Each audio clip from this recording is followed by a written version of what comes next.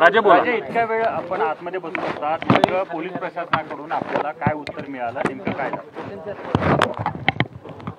प्रथमतः मी इथं हजर होण्यासाठीच इथं आलो होतो, कारण का मला कोल्हापूरच्या प्रेसमध्ये अनेक इलेक्ट्रॉनिक मीडिया किंवा प्रिंट मीडियाच्या लोकांनी मला हा प्रश्नच केला होता की तुमच्यावर गुन्हा नोंद झालेला असं समजते, आणि म्हणून मला स्वतः वाटलं की आपण कायदा सुव्यवस्था मानणारा हा संभाजी छत्रपती आहे, आणि म्हणून आपण आणि काही करण्यापेक्षा त्यापेक्षा आपणच इथं स्वतः हजर व्हायला येऊ, आणि म्हणून मी आज शाहूवाडी पोलीस स्टेशनला इथं आलो होतो. मी त्यांना सुरुवातीला हा प्रश्न केला की खऱ्या अर्थाने ज्या अनेक शिवभक्तांच्यावर गुन्हा नोंद केलेला आहे, तर त्यांनाच जबाबदार धरण्यापेक्षा तुम्ही मला जबाबदार धरा आणि माझ्यावरच गुन्हा नोंद करा असं सांगितलं. मग अनेक तास दीड तास जे तुम्ही म्हणता की बरीच चर्चा चालू होती, बरीच चर्चा झाली, बरीच सविस्तर चर्चा झाली, अनेक ठिकाणी काय काय चुकलं काय काय नाही सगळ्या गोष्टी.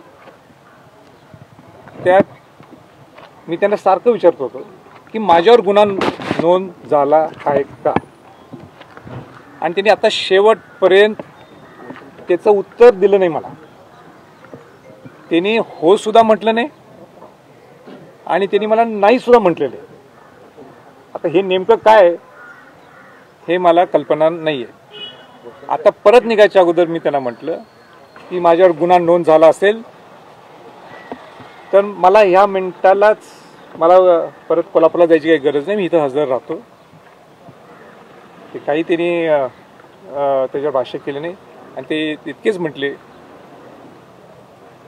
आम्ही याच्यावर काही बोलू शकत नाही, हो सुद्धा नाही आणि नाही सुद्धा नाही. ही शेवटची जी चर्चा झालेली आहे, आणि या चर्चेच्या झाल्यानंतर मी आज तुमच्या समोर इथं उभा आहे.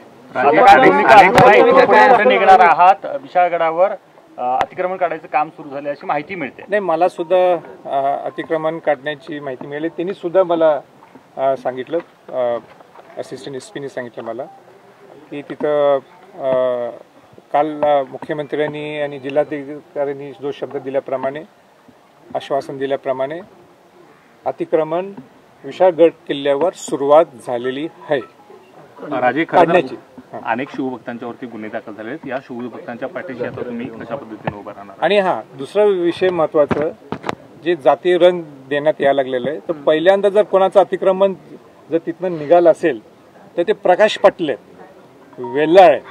म्हणजे हे काय ठरवून केलेलं नाही आहे, पण जे पहिले 2 अतिक्रमण निघालेत किंवा काढण्यात आलेले आहेत हे या हिंदू समाजातले लोक आहेत.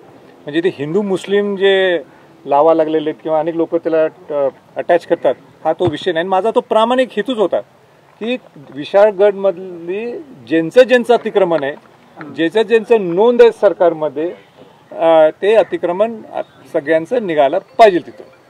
आणि ती भूमिका जी मी मांडली होती तिची सुरुवात आजपासून तिथं झाली. तुमच्यावर गुन्हा दाखल आहे की नाही अजून स्पष्ट केलं नाही, मात्र अनेक शिवभक्तांवर गुन्हे दाखल झाले, त्या संदर्भात काय भूमिका आहे, त्या संदर्भात काही बोलणं झालं? आणि अनेक मुलांची धरपकड जी आहे त्याच्यामध्ये असणार आहे. मी त्यांना हेच सांगितलं की जे त्यांना तुम्ही जबाबदार ठरता तर त्याच्यापेक्षा पहिलं जबाबदार मला धरा, माझ्यावर गुन्हा नोंद करा.